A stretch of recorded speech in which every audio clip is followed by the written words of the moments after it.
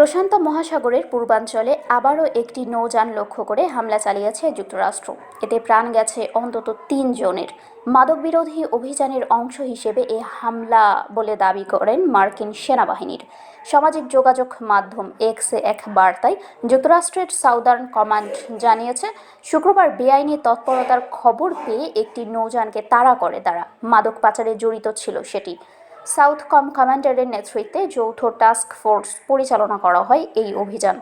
হামলার একটি ভিডিও ফুটেজও প্রকাশ করেছে মার্কিন বাহিনী। উল্লেখ্য, কয়েক মাস ধরে প্রশান্ত মহাসাগরীয় এলাকায় মাদক বিরোধী অভিযানের নামে হামলা চালিয়ে যাচ্ছে যুক্তরাষ্ট্রের নৌবাহিনী, যার প্রধান টার্গেট ভেনেজুয়েলার নৌযান।